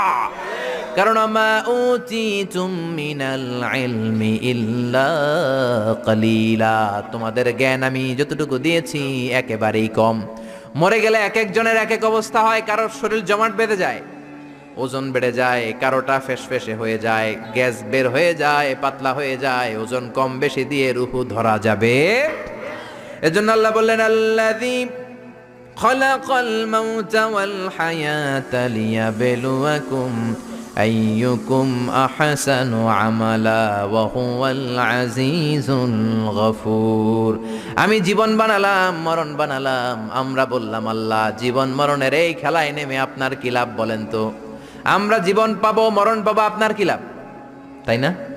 আল্লাহ বললেন লাভ হলো লিয়াবলুয়াকুম আইয়ুকুম আহসানু আমালা, আমি দেখতে চাই তোমরা কেমন করে ভালো আমল করো। কে কে ভালো আমল করো তোমাদেরকে পরীক্ষা করতে চাই। পুরো দুনিয়াটাই পরীক্ষা, ঠিক কিনা? আমরা এখন আছি পরীক্ষার হলে। আমরা কোথায়? জোরে বলেন, আমরা কোথায়? যারা ধনী আল্লাহ তার ধন দিয়ে পরীক্ষা করে সে শুকরগুজার হয় কিনা। যারা গরিব তাদেরকে আল্লাহ দরিদ্র বানিয়ে পরীক্ষা করে আল্লাহর শুকর করে কিনা। যে ছেলে হলো আল্লাহ ছেলে বানিয়ে পরীক্ষা করে, যে মেয়ে হলো তারে মেয়ে বানিয়ে পরীক্ষা করে কে? আমরা বললাম আল্লাহ বুঝলাম আপনি ক্ষমতার মালিক, জীবন মরণের মালিক, আর কি করেন আপনি বলেন। আল্লাহ বললেন আল্লাযী খালাকা সাবআ সামাওয়াতিন তিবাকা মা তারা ফি খালকির রহমানি মিন তাফাউত। আল্লাহ বললেন আকাশের দিকে তাকিয়ে দেখ, পুরো আকাশটারে 7টা স্তরে বিন্যস্ত করেছে কে? আকাশ কয়টা বলেন তো? সবাই বলেন। আপনাদের ঘুমে ধরেছে? অনেক রাত হয়ে গেছে, কিন্তু দোয়া করে শেষ করা যায়, তাই না? আরো কয়েক মিনিট শুনবেন? হ্যাঁ, তাহলে তাকবীর বলেন, পড়েন লিল্লাহি তাকবীর। আকাশ কয়টা? আর জোরে কয়টা? একটার চেয়ে আরেকটা বড়। আমরা যেটা দেখি মহাশূন্য, এটা আকাশ না, এটার উপরে আকাশ। এটা প্রথম আকাশের মহাশূন্য, তারপর প্রথম আকাশ, তারপরে দ্বিতীয় আকাশের মহাশূন্য, দ্বিতীয় আকাশ, একটার চেয়ে আরেকটা বড়। বিশ্বনেই বললেন তোমার হাতের আংটি যদি মরুভূমিতে ফেলে দাও, মরুভূমির তুলনায় তোমার আংটি যত ছোট, আল্লাহর দ্বিতীয় আকাশের তুলনায় আল্লাহর প্রথম আকাশটা ঠিক তত ছোট। ওইটার চেয়ে 3 নাম্বারটা বড়, 4 নাম্বারটা আরো বড়, অনেক বড়। আল্লাহ বলেন ওয়ালাকাদ যায়্যানাস সামাআদ দুনিয়া বিমাসাবিহা ওয়া জাআলনাহা রুজুমান লিশ-শায়াতিন। তোমাদের প্রথম আকাশটার মহাশূন্যটাকে আমি তারা দিয়ে সুশোভিত করেছি। তারা আছে না নাই? রাতের বেলা তারার মেলা দেখতে সুন্দর লাগে, কি লাগে না? এই ছোট্ট ছোট্ট এরকম দেখা যায় না? তারাগুলো তো সাইজে এতটুকু না, এতটুকু কয়, এতটুকু আসলে কি এতটুকু? এই যে আকাশ দিয়ে বিমান যায়, এতটুকু দেখা যায়, এইভাবে ধরা যায়, মনে হয় আমি নিজেই ধরতে পারবো। আসলে কি ধরতে পারবো? ভিতরে আছে 300 লোক, ঠিক কিনা? দূরে থাকার কারণে ছোট দেখা যায়। এই তারাগুলো এত এত দূরে, এই জন্য ছোট লাগে, আসলে ছোট না। এই সূর্য 9,30,00,000 মাইল দূরে, এই জন্য একটা রুটির মতো মনে হয়। কত দূরে? 9,30,00,000 মাইল। চিন্তা করতে পারেন, পৃথিবীর চেয়ে 13 লক্ষ গুণ বড়। তার মানে 13 লক্ষটা পৃথিবী সূর্যের ভেতরে রাখার জায়গা আছে না নাই? তার মানে কি সূর্যই সবচেয়ে বড়? না, আরো আছে। প্রক্সিমা সেন্ট্রাই, আলফা সেন্ট্রাই এ, আলফা সেন্ট্রাই বি, ইটা ক্যারিনা, বেটেলজিউস, অভাব নাই। চলেন আমরা পৃথিবীর সবচেয়ে কাছের তারা থেকে একটু ঘুরে আসি। কে কে যাবেন? হাত তোলেন। 1 জন, 2 জন, 3 জন, 4 জন। বাহ, সাহস বাড়তেছে খালি। সবাই তোলে এখন। যাবেন সবাই? যান, আমি ওয়াজ করতেছি, আপনারা চলে যান। প্রথম তারাতে যান, আমার সাথে যাবেন? আচ্ছা, চলেন চলেন প্রথম তারাতে যাই। আমাদের সবচেয়ে কাছের তারার নাম প্রক্সিমা সেন্ট্রাই। এইটাতে আমরা সবাই মিলে যাব ইনশাআল্লাহ। কোন? আরে জান্নাতে গেলে এরকম কত তারা আমগো পিছনে ঘুরবে, ঠিক কি না? এটা কত দূরে জানেন? 4.23 লাইট ইয়ার, 4.23 আলোকবর্ষ দূরে। তার মানে অনেক দূরে। এখন কি দিয়ে যাবেন এটা আপনারা ডিসাইড করেন। কি দিয়ে যাবেন যারা যারা যাবেন? রিক্সায় যাবা? সব বোনা, সাহস তো কম না। প্লেনে? না, চলবে না, প্লেনে যাওয়া যায় না, মাধ্যাকর্ষণ শক্তি ভেদ করা যায় না। রকেট লাগবে, স্পেস শাটল, মহাকাশ যান লাগবে, স্পেস ক্রাফট।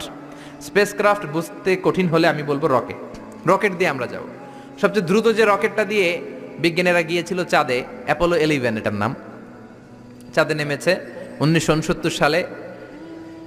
নীল Armstrong, Edwin Aldrin, Michael Collins এরা গিয়েছিল। এবার আমরা যাব। কোথায় যাব? পৃথিবীর সবচেয়ে কাছের তারা প্রক্সিমা সেন্ট্রাইতে যাব, 4.23 লাইট ইয়ার দূরে। এই যানবাহনটা কত দ্রুত চলে এটা একটু শোনেন। এই স্পেস শাটল অ্যাপোলো 11 এটা সেকেন্ডে চলে 11 কিলোমিটার বেগে। মিনিটে চলে 660 কিলোমিটার বেগে, ঘন্টায় চলে 39,000 কিলোমিটার বেগে। সুবহানাল্লাহ বাড়িতে যেয়ে বলবেন। একটা মহাকাশ যান 39,000 কিলোমিটার বেগে ছুটে, কেন ইমাজিন, এটা কি কল্পনা করা যায়? কল্পনা করা যায়? আমেরিকা বাংলাদেশ থেকে যত দূরে, অনেক দূর, ধরেন 10,000 কিলোমিটার দূর, ওই যানবাহনটা দিয়ে 1 ঘন্টায় 4 বার আমেরিকা যাওয়া যাবে। 4 বার, তার মানে কত স্পিডি! ঘন্টায় চলে 39,000 কিলোমিটার। ওইটা দিয়ে আমরা যাব পৃথিবীর সবচেয়ে কাছের তারার কাছে। যাবেন তো? খেয়াল করবেন, তারাটা দূরের তারা না, পৃথিবীর সবচেয়ে কাছের তারা, সূর্যের পরে সবচেয়ে কাছের যে তারাটা, ওইটাতে আমরা যাব, প্রক্সিমা সেন্ট্রাইতে। ওই যানবাহনটা দিয়ে, যেটা ঘন্টায় চলে 39,000 কিলোমিটার। কত হাজার কিলোমিটার? 39,000 কিলোমিটার যাবেন 1 ঘন্টায়। এত দ্রুত যানবাহন দিয়ে যাবেন, তারপরেও ওইখানে পৌঁছতে আপনার 1,15,000 বছর লেগে যাবে। যেটা ঘন্টায় চলে 39,000 কিলোমিটার বেগে, এটা দিয়ে যদি সবচেয়ে কাছের তারাটাতে আমরা ভিজিট করতে চাই, ঘুরতে যেতে চাই, আমাদের লেগে যাবে 1,15,000 বছর। তার মানে গ্রিক সভ্যতার সময়ও যদি কেউ ট্রাভেল শুরু করে, আজকে 2017 সালে পুরো ট্রাভেলের 4%ও কমপ্লিট হবে না। সুবহানাল্লাহ কইবেন না?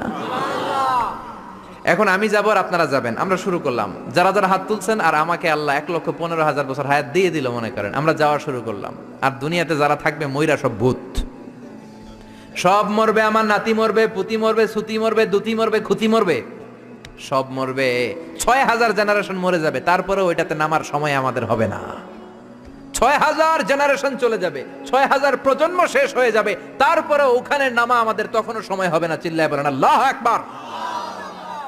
সে আল্লাহ বললেন, গোলাম লাকাদ যায়্যানা আস-সামাআদ দুনিয়া বিমাসাবিহা ওয়া জাআলনাহা রুজুমান লিশ-শায়াতিন। তোমাদের প্রথম আকাশটা এরকম অসংখ্য তারা দিয়ে আমি বিউটিফাই করে দিয়েছি। I have beautified the closer sky with light, candles and stars. তারা দিয়ে সুশোভিত করেছি। সবচেয়ে কাছের তারার যদি এই অবস্থা হয়, তাহলে পৃথিবী থেকে সবচেয়ে দূরের তারার কি অবস্থা হবে? এটা হচ্ছে আমাদের গ্যালাক্সি ট্রাভেল। আমাদের এক গ্যালাক্সি থেকে আরেক গ্যালাক্সিতে গেলে কত সময় লাগবে? এরকম লক্ষ লক্ষ গ্যালাক্সি মহাবিশ্বে আছে না নাই? এই সব খেলা প্রথম আকাশের খেলা, তারপরে প্রথম আকাশের মহাশূন্যের খেলা, তারপরে প্রথম আকাশ। আমেরিকার নাসার বিজ্ঞানীরা কিয়ামতের আগের দিন পর্যন্ত প্রথম আকাশের মহাশূন্যেরও কিনারা খুঁজে পাবে না, ঠিক কি না? প্রথম আকাশ তো অনেক দূরে, প্রথম আকাশ তো অনেক দূরে, প্রথম আকাশের মহাশূন্যেরই কোনো কুল কিনারা খুঁজে পাবে না, ঠিক কি না?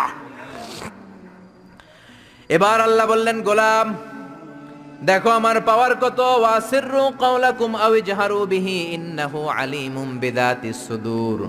গোপনে বলো, প্রকাশ্যে বলো, কেউ না শুনলেও শুনে কে? জোরে বলেন, শুনে কে? লাইট অফ করে, দরজা বন্ধ করে, পর্দা নামিয়ে, জানলা বন্ধ করে রাতের বেলা পাপ করলেন, কেউ দেখে নাই, দেখলো কে? কেউ যেটা দেখে না দেখে কে? কেউ যেটা শোনে না শোনে কে? কেউ যেটা পারে না পারে কে? সব দেখেন, সব জানেন, সব দেখেন তিনি। সবার চোখ ফাঁকি দিতে পারবেন। শিক্ষকের চোখ ফাঁকি দিয়ে ছাত্রগুলো বের হয়ে যায়, বাবা মায়ের চোখ ফাঁকি দিয়ে বয়ফ্রেন্ডের সাথে দেখা করার জন্য মেয়েগুলো বের হয়ে যায়, পুলিশের চোখ ফাঁকি দিয়ে লোকজন অন্যায় করে, র্যাবের চোখ ফাঁকি দেয়, বিমানবন্দরের কাস্টমস অফিসারের চোখ ফাঁকি দেয়, পরীক্ষার হলে ছাত্ররা ম্যাজিস্ট্রেটের চোখ ফাঁকি দেয়, কিন্তু আল্লাহর চোখ ফাঁকি দেয়া যায় নাকি? লা তুদরিকুহুল আবসার ওয়া হুয়া ইউদরিকুল আবসার ওয়া হুয়াল লাতীফুল খাবীর। কোন চোখ আমারে দেখে না, আমার চোখ দুনিয়ার সবাইরে দেখে। তিনি কে? আবার আল্লাহ বললেন, হুয়াল্লাযী জাআলা লাকুমুল আরদা যালুলান। আল্লাহ তোমাদের জন্য জমিনটারে বানিয়েছেন জালুল। জালুল মানে হলো ফিরাশ, মানে বিছানা। আল্লাযী জাআলা লাকুমুল আরদা ফিরাশা। আল্লাহ তোমাদের জন্য জমিনটাকে বিছানা বানিয়েছেন। এই যে বিছানার মতো না জমিনটা, উঁচু নিচু হলে তো চড়তে পারতাম না, তাহলে গাড়ি নিয়ে এমনি ওঠা লাগতো, একবার এমনে, একবার আবার এমনে এমনে চালাইতে পারতাম? জোরে বলেন। ফ্ল্যাট, পৃথিবীটা ফ্ল্যাট করে দিলেন। বিমান থেকে দেখা যায়, আজকে সকালে তো বিমানে ছিলাম, নিচে তাকিয়ে দেখি শুধু নদী, ওই যে রাজশাহী থেকে আপনার পদ্মা নদীটা যে ক্রস করে ওইটাও দেখা যায়, খুব সুন্দর। আর মনে হয় এক একটা জমিন কার্পেটের মতো এরকম সুন্দর করে রেখেছেন কে? সে আল্লাহ বললেন, নাস্তিকের দল, আমারে চাও, আমারে দেখো না, আমারে খুঁজে পাও না, বিমান থেকে নিচের দিকে তাকাও, সবুজ কার্পেটিং এর সৌন্দর্যটা দেখো, সেখানে আমি আল্লাহরে তুমি খুঁজে পাবা, ঠিক কি না? এরপর আল্লাহ দুইটা ধমক দিলেন, আমিনতুম মান ফিস সামাই আন ইউরসিলা আলাইকুম হাসিবা ফাসাতা'লামুনা কাইফা নাযীর। ও বান্দা, নিচের দিকে আযাব, উপরে আযাব আছে না নাই? নিচে আযাব ওয়েট করতেছে। এই পৃথিবীর ভেতরে হচ্ছে আগুন, শুধু আগুন আর আগুন, কত যে আগুন আপনি কল্পনাও করতে পারবেন না। এই জন্য কোরআনে আল্লাহ বলেছে, ওয়াল বাহারিল মাসজুর,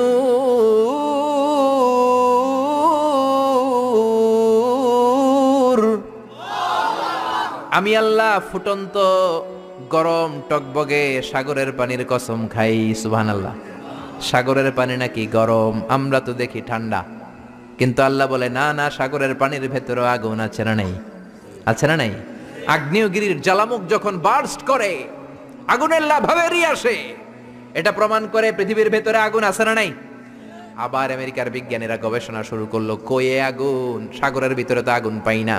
চলে গেল প্রশান্ত মহাসাগরে, সবচেয়ে গভীর জায়গার নাম পোর্টোরিকো, 33,000 ফিট। কয় পাইপ ঢুকা, পাইপ ঢুকাতে শুরু করলো। নেভাল একাডেমি থেকে বিশাল জাহাজ এনে পাইপ ঢুকায়, আগুন বের করবে। পাইপ ঢুকাতে ঢুকাতে তারা পেল আগ্নেয়গিরির, প্রথমে পেল পাললিক শিলা, পাললিক শিলার স্তর, রূপান্তরিত শিলার স্তর, এরপরে আগ্নেয়গিরির শিলার স্তর।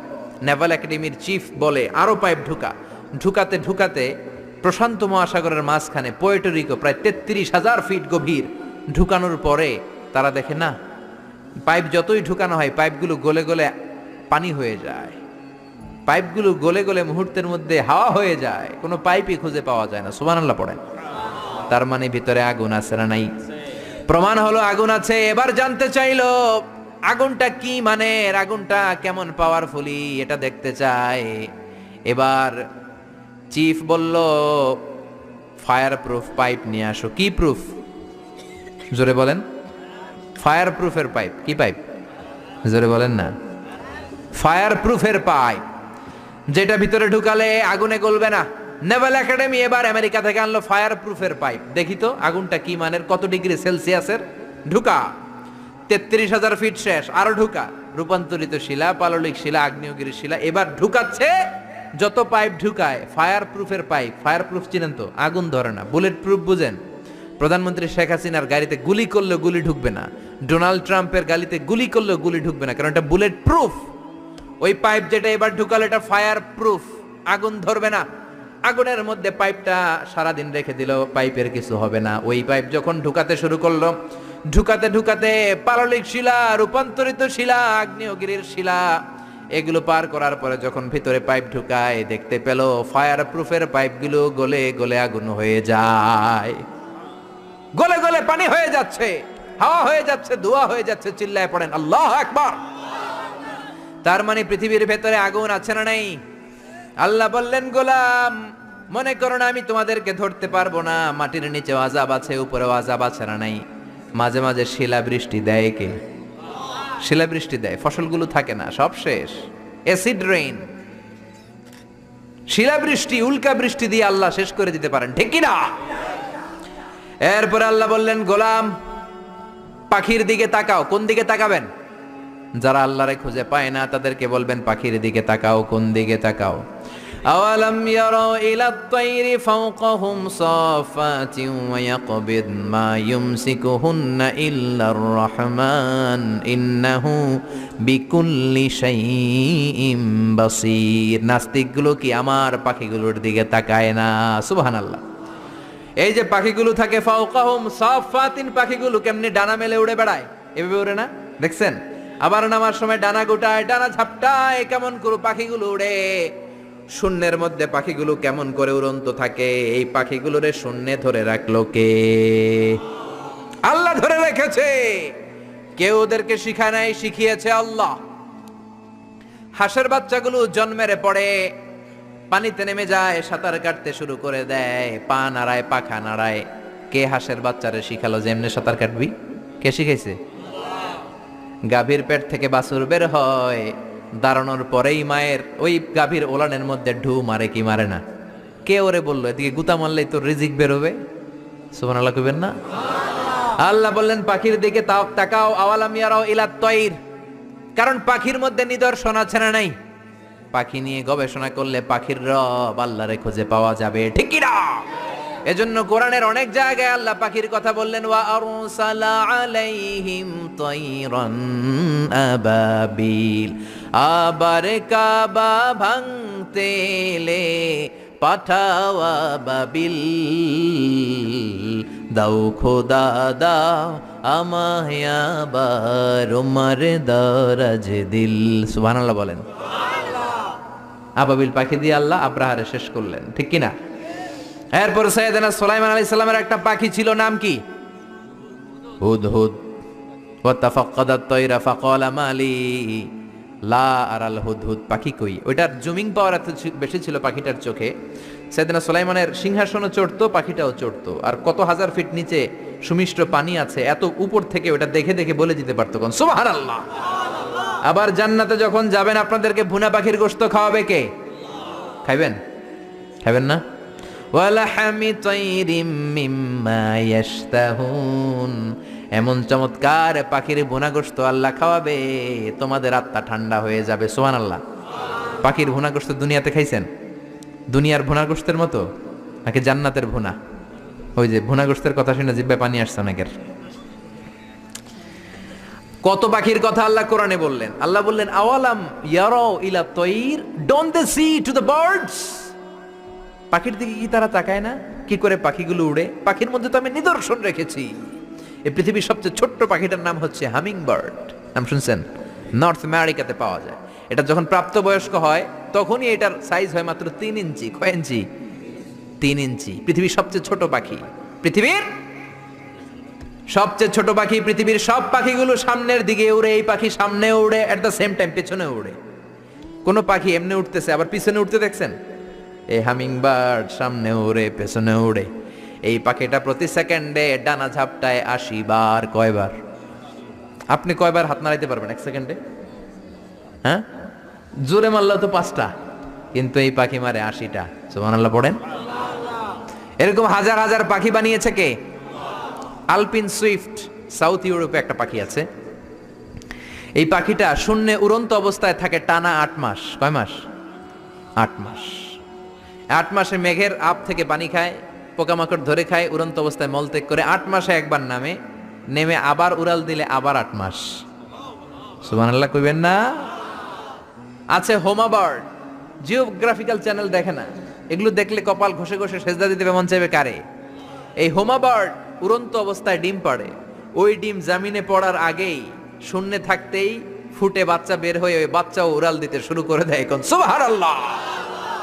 এজন্য আল্লাহ বললেন, আওয়ালাম ইয়ারাউ ইলা তায়রি ফাওকাহুম সাফাতিন ওয়া ইয়াকবিদ মা ইউমসিকুহুন্না ইল্লার রহমান ইন্নাহু বিকুল্লি শাইইন বাসীর। ওরা কি পাখির দিকে তাকায় না? কত ধরনের পাখি আমি তৈরি করে রেখেছি। Birds and aeroplane maintain the same flying mechanism when they fly. পাখি যেমনে উড়ে বিমানও তেমনি উড়ে। পাখির উপর গবেষণা করে 2 জন ইহুদি লোক বিমান বানিয়েছে, উইলবার রাইট, অরভিল রাইট, 1903 সালে, আমেরিকান নাগরিক। পাখি নিয়ে গবেষণা করে। আমগো সময় নাই, আমরা তো ও শেফালি জর্দা মেশালি তোকে দেখে গাই রিমিক্স কাওয়ালি আছে না নাই? আমরা দুম্মা চলে দুম। আমরা ক্রিকেট খেলা দেখি, ছোট্ট একটা বল, এই বলের পিছনে সবাই ছুটি। আর ইহুদিরা গোটা পৃথিবীটারে বল বানিয়ে ওইটা নিয়ে খেলে, ঠিক কি না? পাখি আর বিমান একরকম চলে। এটা আবিষ্কার করলে 2 ভাই, পাখি নিয়ে গবেষণা করলো 2 ভাই। যেই কোরআনে আল্লাহ পাখির কথা বললেন আমরা করতে পারি নাই, করছে ওই 2 ভাই। আমরা মদ আর নারী নিয়ে ব্যস্ত, ঠিক কিনা? ওই 2 ভাই গবেষণা শুরু করলো, পাহাড়ে শুয়ে শুয়ে পাখির ছবি আঁকে, পাখিটা কেমনে টেক অফ করে, কেমনে ফ্লাই করে, কেমনে ল্যান্ড করে। গবেষণা শুরু হয়ে গেল, করতে করতে বানিয়ে ফেললো প্লেন। সেম পাখি যেমনে উড়ে বিমানও তেমনে উড়ে, বানিয়ে ফেললো। কিন্তু এখনকার বিমানের মতো না, ঢাকনা নাই, কিচ্ছু নাই, ইঞ্জিন একটা নিয়ে উড়ে আবার ধপাস করে পড়ে, ওরে আবার ধপাস করে পড়ে, আবার উড়ে আবার ধপাস করে পড়ে। হঠাৎ এমন একটা বিমান বানালো, এটা আর পড়ে না, খালি উড়ে। সুবহানাল্লাহ। এতদিন মানুষের স্বপ্ন ছিল, হায় রে পাখি উড়ে, আমরাও যদি উঠতে পারতাম। এবার মানুষের স্বপ্ন পূরণ হলো, মানুষও এখন উড়ে। আজকে আমি নিজে উঠছি, ঠিক কি না? আপনারা যখন হজে যাবেন আপনারা উড়বেন। তারা আমেরিকা থেকে চলে গেল ফ্রান্সে। আমেরিকায় এই বিমানের খাওয়া নাই, তখন আমেরিকা অনেক গরিব ছিল। ফ্রান্সের এক প্রিন্স অনেক টাকা ডোনেট করলো, তারা প্রথম কমার্শিয়াল প্লেন ফ্রান্সের এক সিটি থেকে আরেক সিটিতে নামালো। শুরু হলো মানুষের উড়ার স্বপ্ন। এরপরে মানুষ বিমান বানায়, ফাইটার জেট বানায়, ড্রোন হামলা করে, মিসাইল হামলা করে, পাইলট ছাড়া রোবট দিয়ে বিমান চালায়, বোম সুপারসনিক বানায়। আগে ছিল কনকর্ড, সবচেয়ে দ্য ফাস্টেস্ট প্যাসেঞ্জার প্লেন, সবচেয়ে দ্রুতগামী যাত্রীবাহী বিমান। আর বর্তমানে পৃথিবীর সবচেয়ে দ্রুতগামী যাত্রীবাহী বিমানের নাম হচ্ছে বোম সুপারসনিক। ডবল ডেকের বিমান শুরু হলো। রাশিয়াতে আছে A380 বোয়িং, পৃথিবীর সবচেয়ে বড় সাইজের বিমান। 525 জন লোক নিয়ে এটা শূন্যে উড়াল দেয়। সুবহানাল্লাহ আসতে বললেন। 525 জন মানুষের 2-3টা করে লাগেজ আছে না নাই? বিমানের ওজন আছে না নাই? এই 600 জনের খাবার আছে না নাই? এগুলো নিয়ে শূন্যে উড়াল দেয়। পাখির মধ্যে নিদর্শন রেখেছে কে? আগে ছিল প্রত্যেক দেশের সেনাবাহিনী, আর ছিল নৌবাহিনী। বিমান আবিষ্কারের পরে শুরু হলো এয়ার ফোর্স, বিমান বাহিনী, ঠিক কিনা? এখন যুদ্ধ আর জমিনে করে না, পানিতে করে না, উপর থেকে এক বোমা মারে।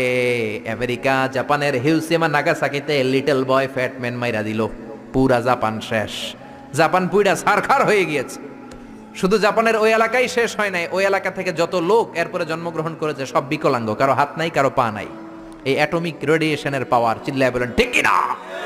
সে আল্লাহ বললেন, গোলাম ও শিক্ষাবিদ নাস্তিকেরা, তোমরা কি পাখির দিকে তাকাও না? আমি আল্লাহ পাখির মধ্যে এমন নিদর্শন রেখেছি, পাখির দিকে নজর করো, পাখির রব আল্লাহরে খুঁজে পাবা, ঠিক কিনা?